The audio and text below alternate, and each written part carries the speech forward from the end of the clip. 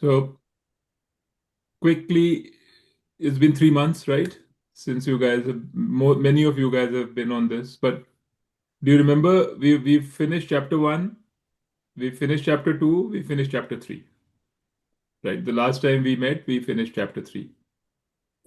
And chapter one was all about, the conditions for what brings a person to this knowledge, this spirituality. And they took a case in point, which is Arjun. Lot of Dharm Sankat and all that, didn't know how to deal with it. He came to Bhagwan Ji and said, fix me, solve my problem. And Bhagwan Ji said, not so fast, because, I can't just give you knowledge and you can't get knowledge and solve your problem. You first have to do some work on yourself before knowledge can be given to you. And that work is Karma Yoga, Correct. right? So he said, first you have to take care of your own self, all the all the stuff which is bothering you, all your anxieties and things in your mind, all the restlessness, all the desires, strong desires, you have to work on them. And you have to get your mind prepared. And that's called being a Karam Yogi. Because he said if in this state you say, I want to go to sannyas and go to the forest, you're going to be miserable inside you, just totally miserable, because you have all these desires and unfinished business in your mind. So you got to deal with it first. And he said, therefore, be a Karam Yogi. So, chapter 2, Bhagwan Ji first said, what is the knowledge that he gave a kind of a foretaste of the knowledge. And the foretaste of the knowledge was, you really are pure already. You are really perfect. You are already Brahman. But he also said, to get this fully internalized, properly realized, you need to be a Karam Yogi first. So then in second chapter, second part onwards, he went into Karam Yoga. And first he said, Karam Yoga, mein he talked about Eka Buddhi, Vyavasayatmika Buddhi. I mean, know all of these things. Then he said that famous shlok that Karam karo, phal ki chinta mat karo. Which, if you want to think about it simply, is that you the any action, the result of an action is not completely in your hands. The action itself can influence the result, yes. So that is in your hands. So you'd make your best effort, and that is how you will succeed. But don't expect that you have any right on the result. Adhikar nahi hai result pe. So adhikar nahi hai ka matlab you can't say, hey, I did my work, why am I not getting the result? Because that is not yours to ask for, that's not yours to claim. Chances are you do good job, you will get a good result, but you don't have an adhikar on it. So he said focus on only the work part on your activity and leave the result to God. And he said, but at the same time, don't be lazy. Work is worship. You have to do your work because that is how you purify your mind through work, through work which is not bound by results, attached by results. Work as a duty. So he said that is what you have to do. That is Karam Yoga. So that was chapter two main points, and then on chapter three he went further. And he said, what is this? आप जो कहते हो भगवान पे छोड़ दो, what is this God? And we talked about what God and Ishwar is. It is everything in this world. So he said, when you are serving others, it's like you're serving God. Because that is what God is. It's not some person sitting outside somewhere. This world is God. And he said, the other thing which he said was that do your swadharma, do what you think is right. Do that. Don't do what somebody else is doing just because somebody else is doing it. You do your thing. And he also, in between, he also talked about how everything is given to you by God. Like this body that you're so proud of, this mind that you're so proud of, everything, or like some other thing that you may dislike and hate, it's all coming from God. So take it all as something coming from God, and do your activity as a Ishwar Arpan. You bestow it to God. And the results are Īśvara-prasāda. So whatever the results are, take it as prasad. So in a way, he's saying, detach yourself. And this is going now, and here we are actually now we're entering into the territory of chapter 4. So I wanted to say this, which is अभी तक जो हमने करा है, if I was thinking about it, if we just stop the Gita here, chapter 1, 2, and 3, and say, let's just do this, right? That's that's a lot. That's pretty good. If we can just do that much. What he's doing, what you're going to see from here on, is stuff that is just, you can only, we can, at this point, we can say, okay, we can intellectually understand. But it's not something which we are necessarily ready to do, ready for. So keep that in mind as we go along. But like for all of us, I mean, at least for me, it's very clear. I want to know what my next step is. And that's what I'm going to be focused on, regardless of what all of these other things which I'm going to hear and hearing from Gita and all of that stuff. See, get what I'm saying? Mhm. Okay. Because, this is already to say, I'm going to consider the world as Ishwar. I'm going to consider everything that is mine has come from Ishwar. And I'm going to consider everything I'm doing as a prasad to Ishwar. Good luck. It's not that easy. So if we can just even do this much, I think it's pretty good. But he's going to go further. He's going to say what else is there on this path, and all of that. Does it make So it easier to do the 1, 2, 3 chapters once you go through the 4, 5, 6? catch again, say that again. Does it make it easier to execute on the 1, 2, 3 chapters as we go along? This new I think, knowledge from 4, yeah, I 5 mean, I on? think it just gets easier, I think. I mean, not that I'm a person to answer that, but it gets easier as you get more and more, as it gets more and more assimilated in you. Like in the beginning, Yeah. I'll give you my experience. In the beginning, I used to even question, like, how is it possible that I can be happy without focusing on my results? How is it possible? So it took me a long time to even understand that and assimilate that in my mind that, yeah, actually, that is true. That I can be. This is chapter 2, right? So, so this is the first thing he says in Karma Yoga, that, results are not what brings you happiness. Your action and your doing the right thing, those are the things that bring you happiness. You don't get, because results are up and down. Whereas if you focus on making the best of yourself that you can, focus on yourself, a purification of your mind, right? That makes you happier. So this is not easy to even this is very hard to grasp. So what happens, I think, is as you just spend time with it, this understanding becomes more assimilated. So then now I have no doubt about the premise that what makes me happy is me, my action. I have absolutely no doubt about it because I've seen that in my life after so many years. Whether I can live up to it and actually do it to my own satisfaction, that is going to take time. So Yes. yeah, so it That's makes the it hard part. easier. Huh? That's the hard part. Correct. I mean, it makes it easier in the sense Understanding is one you don't thing, have but any doubt about the direction.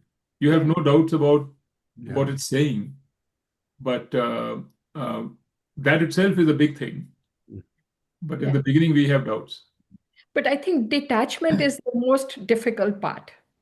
You know, detaching yourself from your family members, from other things, that is, I think once the detachment comes is when But you see, feel happy with that's the thing, yourself. like you can say that detachment is difficult if you're trying to use your willpower to detach.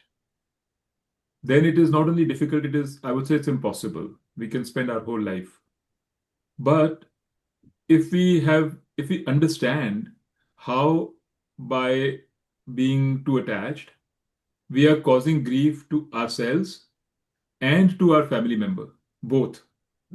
If we understand this, if this is assimilated in our head, then detachment becomes a little easier. So detachment is not an action that you have to take. Detachment is a natural consequence of your knowledge. So if you're finding detachment difficult, that means there is something about detachment which you're not understanding. That's how Gita would explain it to you. It would say that Like, for example, how can I be a good father? If I have realized this, that if I'm very attached and I want my children to do which I think is right for them, right? Mm-hmm. Then I will not be a good father because actually I really don't know. I've come to realize that my children are very different from me. And till I can step back and trust them to kind of find their way, they will be unhappy. Just like I was unhappy in many ways with my family because I feel like, oh, at one time I used to feel like overpowered and overwhelmed with my family. I don't know, everybody has their own experiences, but this is how I used to feel, right? So, so that is what detachment is. So detachment doesn't mean a lack of love. It means just knowing um, what is, being able to see your love for what it is, Mm-hmm. and being able to see your children's love, like is sometimes we confuse love, anxiety for love. Just as an example, sometimes it's my anxiety that I want to know more. What's my son doing? What is he doing? Where is he going? Is he going to do well? All that, and I think that's love. But a detachment, a little bit of knowledge will tell you that actually that is anxiety. Mm-hmm. And when you know that, you will detach. It will Attachment is more related to anxiety than with love. Detachment is closer to love. If you can understand this, truly understand it, then detachment is easier. Mm-hmm. That's what I think. Yeah. But understanding it is not easy. Yeah. Makes I sense. don't even know whether what I've said is making sense to you, but It does absolutely make sense. okay. But also, it's not just Gita, right? Nitu, would you agree that that would say this? Like, just mm, at least in my experience, it feels like, you know, because I can relate to all of this. I can relate to anxiety being, not being love and all of that. And I think that just even like, if you're just completely non-spiritual or religious and just in therapy, it's the same thing. That understanding seems to be. Yeah, I mean, maybe, yeah. I mean, Karma Yoga is not something, very, once you start to understand it, it's very intuitive. I sent you guys a video which I really liked some time ago of Annika Anisimova's coach. That told about, did I talk about it in the last Yeah, Vishu? yeah, yeah. Yeah, you did. Yeah. Right, so that has got nothing to do with Yeah. Gita. He didn't know Gita, but he's coming to the heart of Karma Yoga. He was just saying exactly what I think Karma Yoga says, which is as much if you start focusing on the results, you're just wasting your energy. There's no point. You put 100% of your effort in some things that you can control, which is your action, and put 0% of your effort in things you can't control, which is results. I mean, just forget about it. And actually, you have to do that if you have to be a top tennis player. That's what he was saying. Top tennis players, and I believe that. I think people reach that height, that level of efficiency and productivity, which is what Karma Yoga is. So to me, it's just common sense. It just happens to come from Gita. But of course, there are certain things of the knowledge, like I am Atma and there's one Atma, that is not, you can't get it from anywhere else or everywhere. Some places you can get it. As we were talking about this, I'm reminded of something that I learned long time ago as a child, I think. I don't know whether I read it or my parents gave it to me, but it is the more you want, the less you get. The less you want, the more you get. That Yeah. has to do with this detachment and the results part of it. If you're seeking for that result, the more you get tense, you get anxious, you get all that, and the less results you get. And the less you want, which is you're believing in your actions, the more you get because you're not bound by that anxiety and by closing your mind because you're single focused on something that is Right. not the right thing to focus on. Right. Now, to answer Kiki's question, the difference between what, say, um, Anika Anisimova's coach is saying and Karam Yoga, because they're both saying the same thing. The difference is the objective. What is your Eka Buddhi saying? So in the case of Annika Anisimova, her Eka Buddhi is to be the best tennis player, right? And maybe win some championships, but not as a Karam Yogi. So as a Karam Yogi, your Eka Buddhi is to Antakarna Shuddhi and to get knowledge. So that is the difference. And that difference becomes clear as you go deeper. Up to chapter 2, there's a lot of similarity between what Gita is saying and what psychology can say and all of the other places can say. In chapter 3 also you'll see some. But when you get to chapter 4 and 5 and 6, right? Then there is like that's what I was saying. It leaves all these things way behind. And it's almost like it's not meant for us right now because it's too far ahead of us. But maybe good to know. That's I was warning you that I can't, it can no longer, it is going to seem as if, okay, does this apply to me or not? Because we are still on chapter 2 stuff, right? So as we get more and more conviction, then these things, they will, I mean, right now you may understand it intellectually, but it's hard to sort of embody it, something like that. Yep, that's where we are. Okay, so that's where we are. So chapter 4 is on something called Jñāna-Karma-Sannyāsa.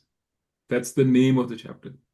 So chapter 1 was Arjun Vishad Yoga, right? Arjun's sorrow, right? Chapter 2 was Sankhya Yoga. He was just giving, Sankhya is knowledge. So he was giving knowledge of the whole thing, of the what is Atma, who are you, etc., and what is Karma Yoga. He was giving an overview. Chapter 3 is called Karma Yoga because it goes deep into Karma Yoga. And we talked about it. We were like Karma Yoga में क्या कहते हैं कि Īśvara, the relationship with Īśvara, what is Īśvara, how everything is coming from Īśvara and how everything belongs to Īśvara and how you do everything for Īśvara, that relationship. That's Karma Yoga. That's the heart of Karma Yoga. And then chapter 4 now is now transitioning into Gyan, a little bit more, going deeper. And the chapter 4 is called Jñāna-Karma-Sannyāsa. Jñāna-Karma-Sannyāsa means, so Jñāna-Karma-Sannyāsa means Karam Sannyas by Gyan. That's what it means. It's a samas, it's a compound word. So sannyas means to give up. To give up something is sannyas. Karam sannyas means giving up the karams. Gyan karam sannyas means giving up the karams by gyan. Okay?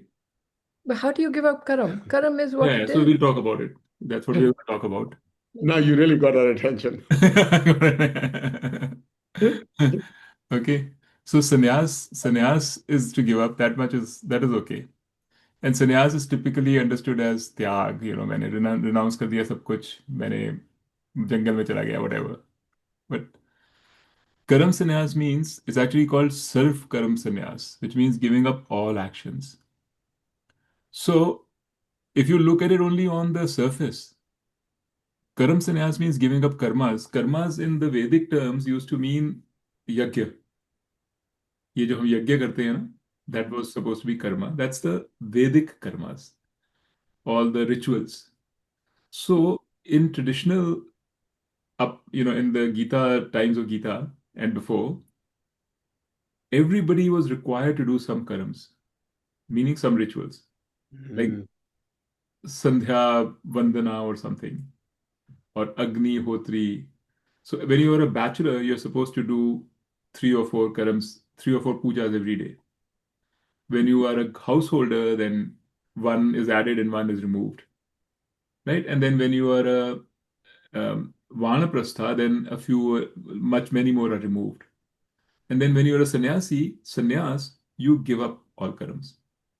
So either when you're a sannyasi, you give up karams, or if you take sannyas, basically you are released of your karams. It means you're no longer required to do your duties to society. Your job is to just learn, get knowledge, and share that knowledge with others. Learn and teach. Learn and teach. That is your job as a sannyasi. So sannyasa can mean karam sannyas. It means it can mean giving up these Vedic karmas. But that's not what Gita means by karam sannyas. By saying karam sannyas, Gita means giving up all karmas, including the lokic karmas. But then Gita goes on to explain exactly to Mita's question, how can you give up karam?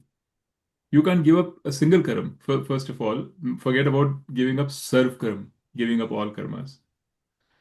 Because in fact it says in this chapter itself, is can you stop breathing? That's a karma.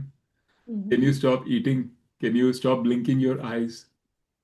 What can you stop? Can you stop your heart beating? Can you stop karam? Karam is a life is karam. That's what life is. All this jagat is karam. It's constantly changing. Everything is constantly changing. You are constantly changing.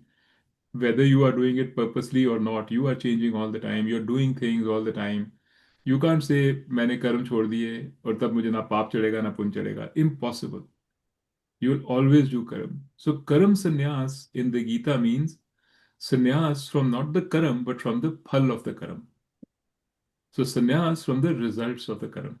That's what karam sannyas means.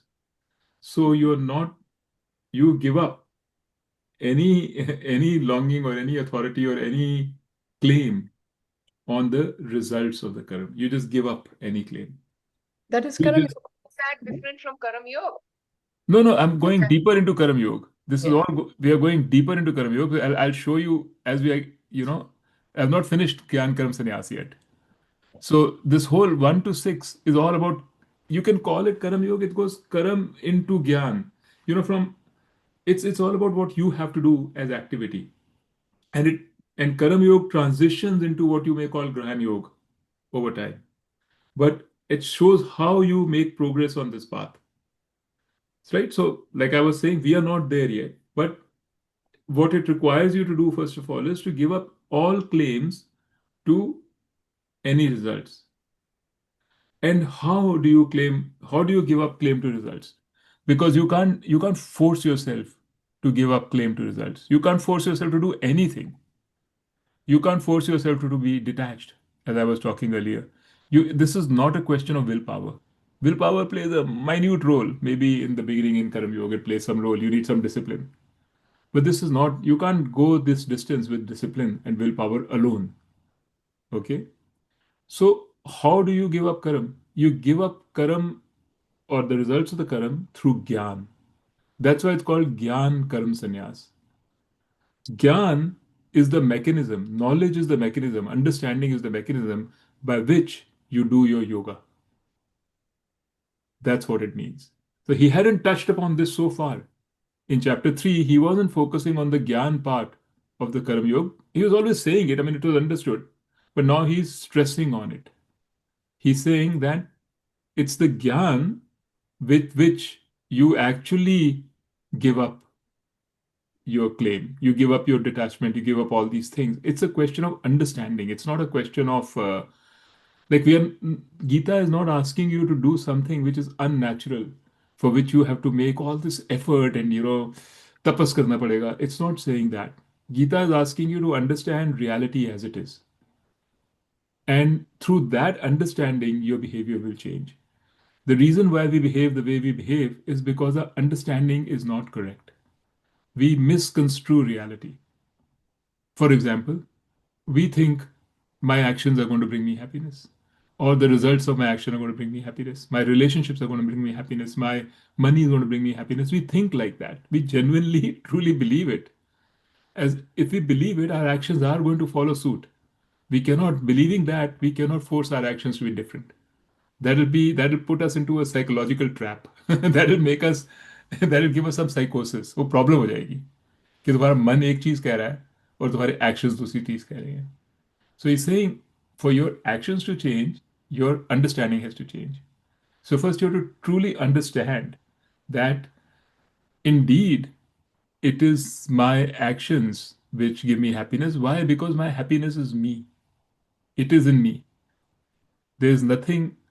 It's my own thoughts and my own fears and my own problems are coming in between me and my happiness.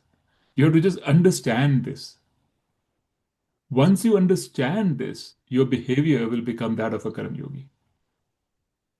Okay, that's what was meant by Jnāna-Karma-Sannyāsa in a very broad way.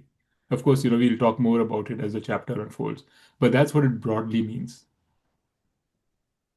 So yoga, so it's they're basically if you think about it, there are three kinds of people in this world. Okay, the vast majority are what's called samsaris. हम सारे samsari हैं, right? We are basically caught in this world, if you want to call it that way. I don't want to make any value judgments, but we are basically running the treadmill, right? And going up and down with our circumstances. That's a samsari. And then there's a person who's realized that, you know what, I think it's enough. I think can I stop being a samsari? Let's try something more. That person is now on the path. That person is called a yogi in the Gita. It's called a yogi. It's karma yogi, bhakti yogi, dhyan yogi, gyan yogi. It's all yogi. So yogi means a guy or a girl who's transitioning, who's kind of thinking beyond just samsara, whose mind is awakening. That's a yogi. And then there's a jnani. Jnani is a person who has understood, and now is at peace with his new understanding. He doesn't have to do anything. The things that a yogi feels are discipline for him, for a jnani, are just natural activity. The jnani is not at peace. Just like a samsari had a firm understanding, completely firm understanding कि दुनिया ऐसे चलती है, कि दुनिया ये सब मतलब की दुनिया है, पैसा is everything. You had a completely firm understanding. A jnani has a completely firm understanding that my happiness has nothing to do with any of this. I'm very happy. Question, Nitu. Can a jnani be still a samsari? Or it has to be, can you still continue with your day-to-day life and your day-to-day activities while being a jnani? Yes, of course. See, samsari has nothing to do with your geography. It's got nothing to do with the fact whether you're married or not, whether you have children or not, whether you love children. That is not samsari, is an attitude. All this I'm talking about is an attitude. You'll be just the same. You'll still look like a Slovenian schoolgirl. whether you're a samsari or a yogi or a jnani, it's all inside you, totally inside you. You can still have your, you can still stay in St. Louis, do everything. Nobody is asking you to make any change of any sort in any of your surroundings at all. Except it's of no consequence. Yeah. If you think that, in fact, Gita goes as far as to say that if you think that by changing your surroundings, you're going to make any difference, you're misleading, you're mistaken. Because it's inside you that all the action is going on. Inside you that the understanding is there or not there. Right? So that's what so a jnani cannot be a samsari, right? But he can stay in samsara. That's true. Oh, got it. So he will be naturally detached. Like you were saying, how can we be detached? The jnani will be naturally detached. It's not because he's trying to be detached, but because he understands. He knows that, really, what can I do? मेरे हाथ में तो कुछ ज़्यादा है नहीं. He just knows it. And he knows कि कुछ भी होगा, मुझे कुछ नहीं होगा. I'm fine. And, tomorrow life may end, life may be good, circumstances may be good or bad, won't make a difference to me, really. It can make a difference. Nobody wants pain. But I know deep inside me, I am okay. And because I am Atma.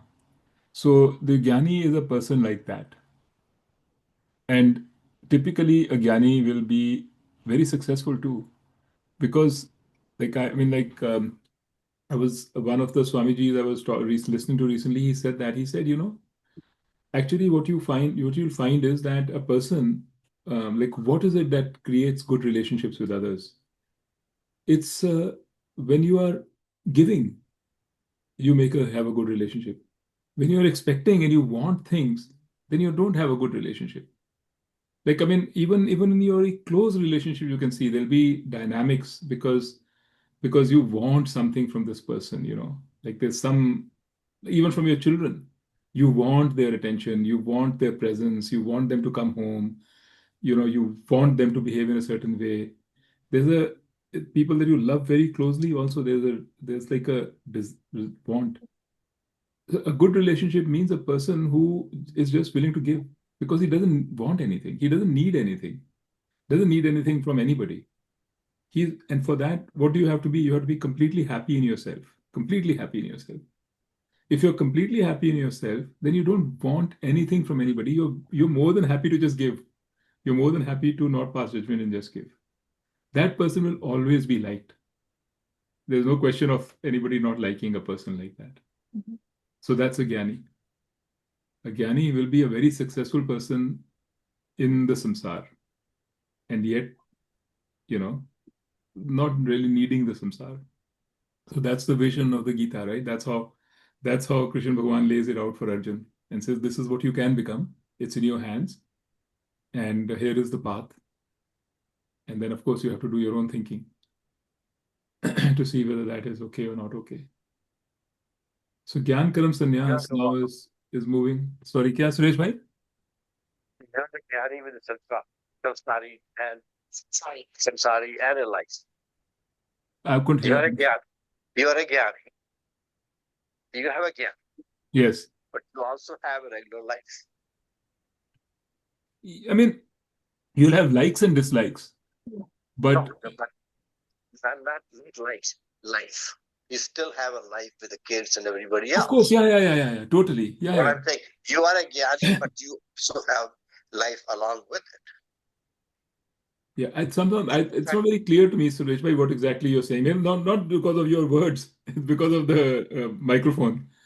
I think you're a little far. आपने कहा था कि you are a Jnani and you still have some life ahead of it. No, it's a sansaric life. So you're still living a sansaric life, but you are a Jnani too. He's saying that to you. Yes. So just to make sure, technically speaking, samsaric life means you're still living in this world. Yeah. Correct? That's Yeah. what he means. Okay, that's what he means. Yes, absolutely Regarding correct. Yes, absolutely correct. Yeah. But samsari is a technical word. Technical word. In Vedanta, when you say samsari, it doesn't mean a person who's living in samsara. It means a person whose mindset is, I want stuff to make me happy. That's a samsari. It's a mindset. Sana or is it a sama? Is it sun? Sana in Sanskrit, it's samsari. Some. In Hindi, it's sansari. Okay, same thing. Got it. Mm-hmm. Okay. In Sanskrit, there is very few nas. When you do sandhi na, वो न का म बन जाता है. हिंदी बन जाती है ऊपर. So the definition of sanskari here, I'm just trying to understand, is No, not sanskari someone... nahi, sansari. Sansari. Yeah, you're right. Sansari. The person who's a sansari is the one who is looking for materialistic thing, not person who's living like a grahast life or a sansari life. No. Here you mean a sansari is the one who has desires. Is that what you're saying? Absolutely. You can be living in the caves in Himalayas. You can have given up all your money and given up still all. be a samsara. You still be a sansari. You can still be a sansari because you have not given up, because you still believe that your desires are going to bring you happiness. That's a sansari. So there's a distinct difference here in my understanding, between sansari as you are relating it to sanskari as living a grahast life, dealing with the world and all that. That's what I was saying. In Vedanta, it's a technical term. Sure. Technical term means it is a definition. So, Got it. so we can be confused because in local parlance, we use the word very differently. Exactly. Yeah, got it. Right. So there are many such things in Vedanta which cause confusion. Yeah. Like, we think sannyas. Sannyas is a very like karam sannyas, right? It's a technical term. It means giving up not the karam, but the results of the karam. So that's why it's important to learn Vedanta from people who can unpack it properly for you, who can explain everything to you. Otherwise, you'll just have some vague notions which will be wrong based on a common understanding of a word. Got it. Yeah. Of detachment. Like detachment का क्या मतलब होता है या वैराग्य. वैराग्य में हमको मतलब होगा, किसी से पूछोगे, हिंदी टीचर से पूछोगे तो वो कहेगा वैराग्य means having no desires. That is not vairagya. Vairagya means having objectivity, not letting your desires interfere with your judgment. That's vairagya. So, having that capability in the mind to say, okay, I need to step out of it. My own biases are informing my judgment incorrectly. Having that ability to see that and then correct it, that's vairagya. Okay. So this is Jnāna-Karma-Sannyāsa. So what time is it? 9:43. I mean, should we just stop here and No, discuss? Huh? discuss. Or do you want to go further? One shloka. Well, last time we said we are not going to go into shlokas except for one or two important ones. There's an important one coming. Yeah. Yada yada hi dharmasya glanirбhavati bharata. That is coming very soon. Which is Okay. saying whenever there is a lot of the adharma, I come to this world. Right? So we'll talk about that when it comes next class. But right now, after this, what Krishna Bhagavan says is that how does this knowledge, how does it come about? It comes through a parampara. So he says, right at the beginning, when the world was created, I gave this knowledge to the first person. And then he gave it to Manu, another person, and he gave it to somebody else, and so on. And that is how this knowledge has passed down. So in the next few shlokas, he talks about the importance of the parampara. And parampara is actually typically how knowledge passes down. In a way, a university is also a parampara. Parampara means I taught someone, and that someone has taught the next person, and the next person has taught the next person. That's Yes, how. I thought it's tradition. I thought parampara is tradition. No, parampara means, see, again, it can mean tradition also. That's fine. But here in Vedanta, parampara means the passing down of knowledge from one person to the next, to the next, to the next, an unbroken chain. So every time we learn Vedanta, there's a shlok which we all sort of memorize in a way. We talk about it, and it says that Sadashiva, the first god, he started this knowledge in that chain. So Sada Siva Samarambham Shankaracharya Madhyamam. So जो Shankaracharya is in the middle, ठीक है, in the chain. Asmadacharya Paryantam, till my Acharya, my Asmadacharya, yeah, Vande Guru Paramparam. So I bow to Guru Parampara. So it starts with God. Shankar is in the middle, who actually, we call out Shankar because he did a lot of work in the parampara. Shankar is Shivji, right? No. Shankaracharya. Shankaracharya. Shivji is the first one, Bhagwan. So Okay. Sadashiva is Bhagwan, Īśvara, Shivji, you can call him whatever. It came from him. Shankaracharya Madhyamam. So Shankaracharya is in the middle. Okay? He's called out specially because he did a lot of work on codifying this knowledge. He wrote a lot of commentaries and everything, which are still being taught. So we recognize him as a person of importance. But this knowledge didn't come from Shankaracharya. Shankaracharya Madhyamam, Asmadacharya Paryantam. Asmadacharya means our Acharya. So like our Guru. So maybe Carol or Swami Dayanand. He is Paryantam, till him. Like till from there, from Ishwar to him, Vande Guru Paramparam. I bow down to the Guru Paramparas. This Guru Parampara, which is coming from Ishwar all the way down, that is what is giving me this knowledge. So I bow to that Parampara. So that's what is, and Bhagwan Shri Krishna Ji here, he explains the importance of the Parampara.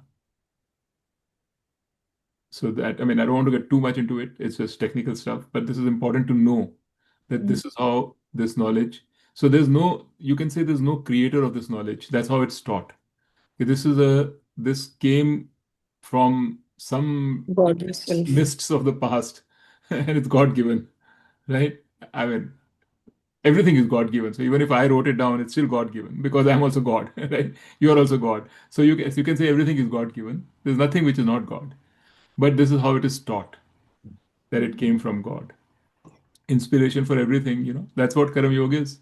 There's no one human individual who's saying Avanekara. There's no ego here. No name associated.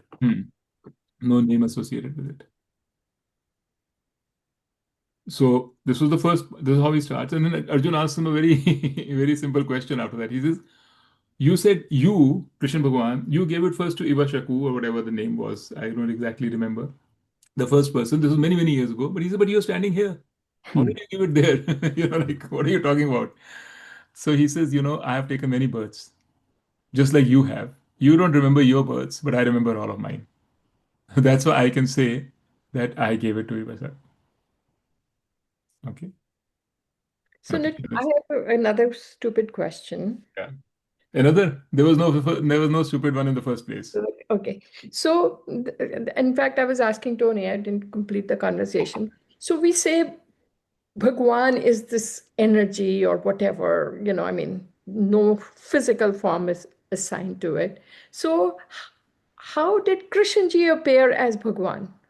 Okay, so that is the next section of this. He explains right after this, after talking about parampara, he explains the concept of avatar. Because it's an answer to Arjun's question. Okay, how come you are here when you said you started the parampara?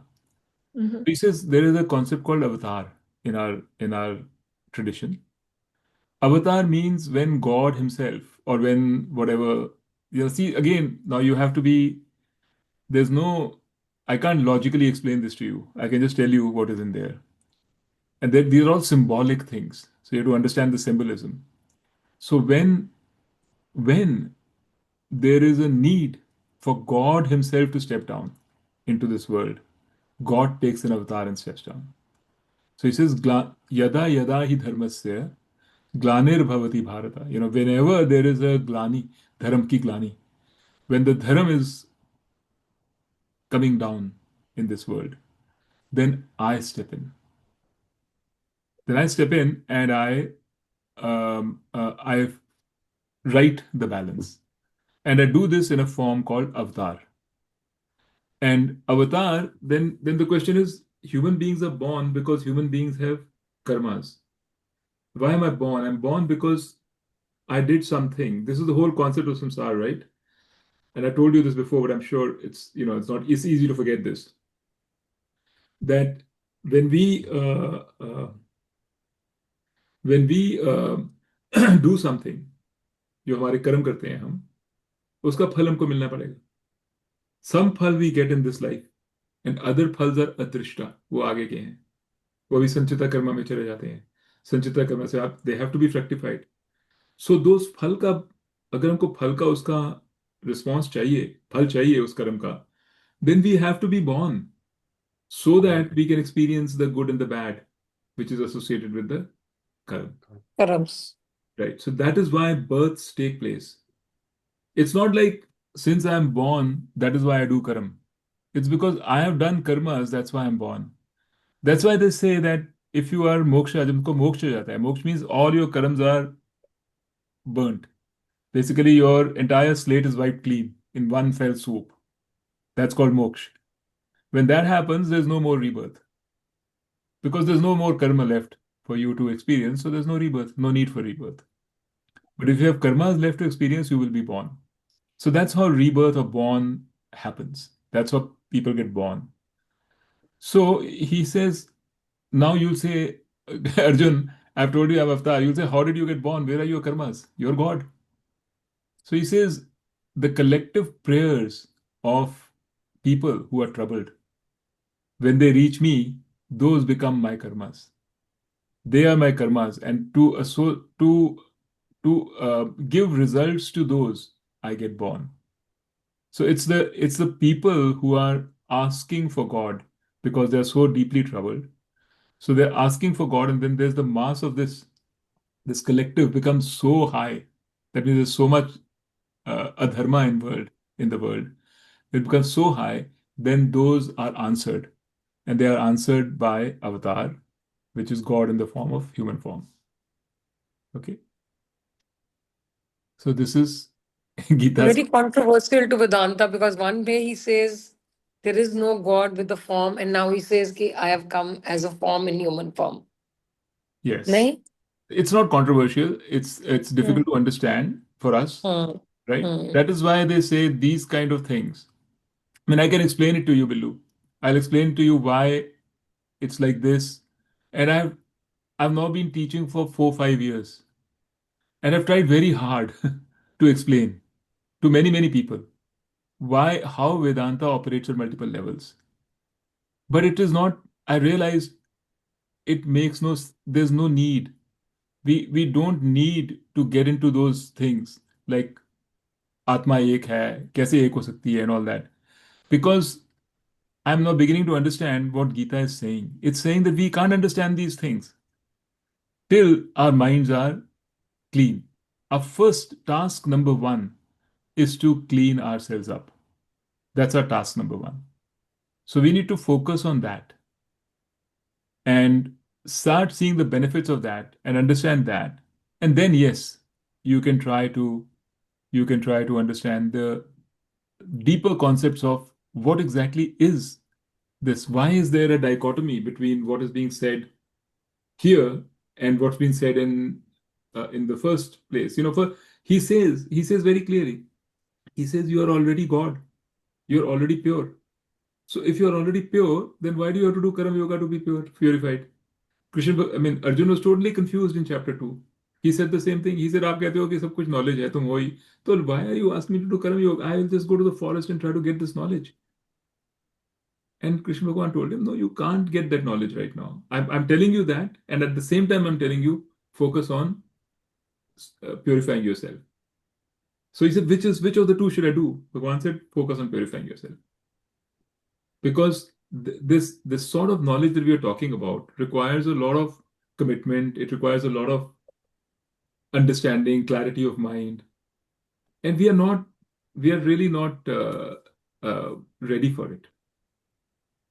So, I mean, I can spend more time and explain the best I can. My understanding is also whatever it is. I'm not a Gyani.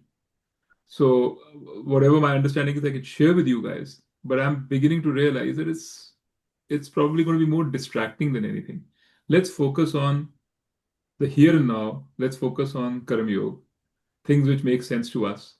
Let's focus on the chapter 2 stuff, right? And okay, I mean, that's more important. Then how do we proceed though? Well, nothing. All you're doing is you're listening to the Gita.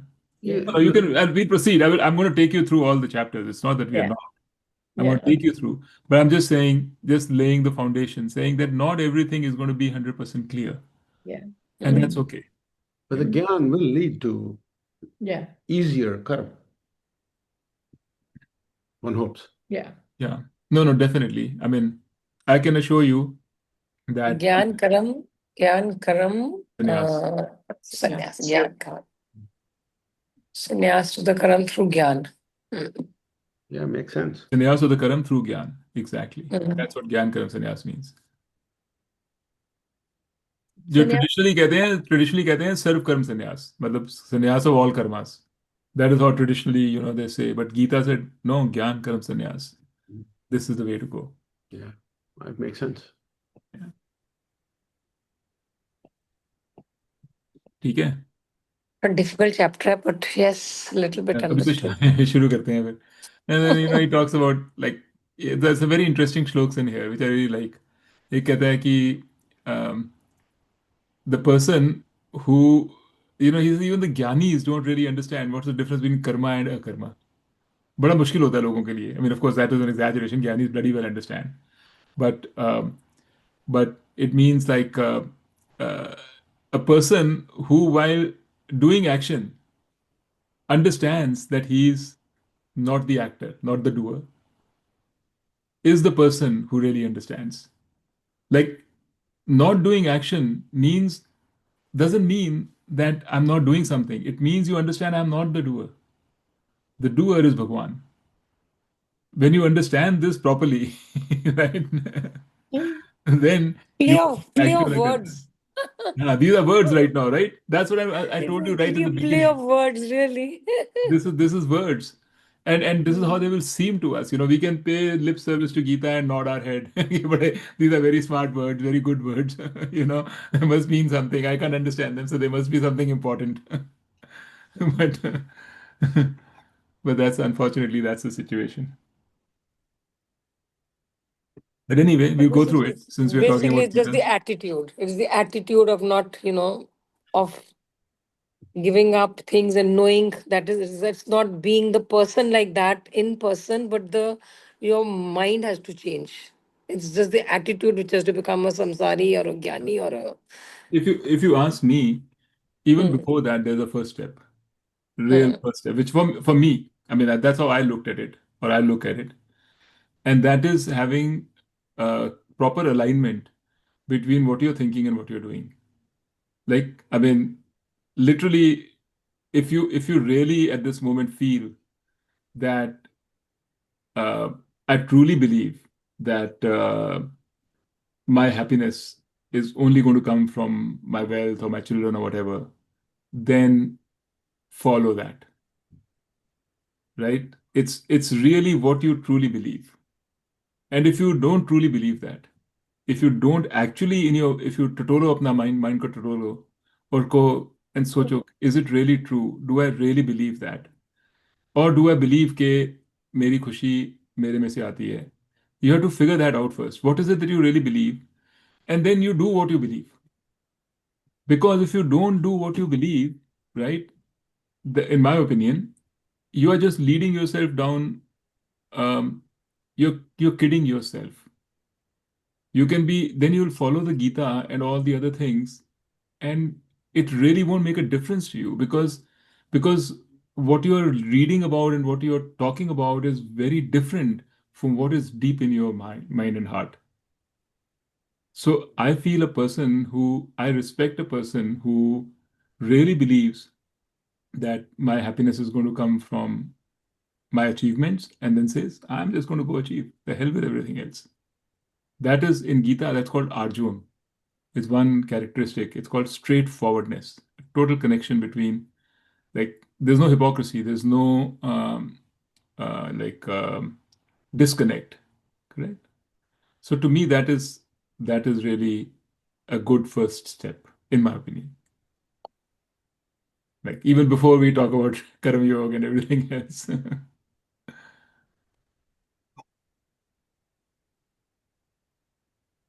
Yeah, see, every time I think, I'm going to stop the recording now. Any other questions? Good.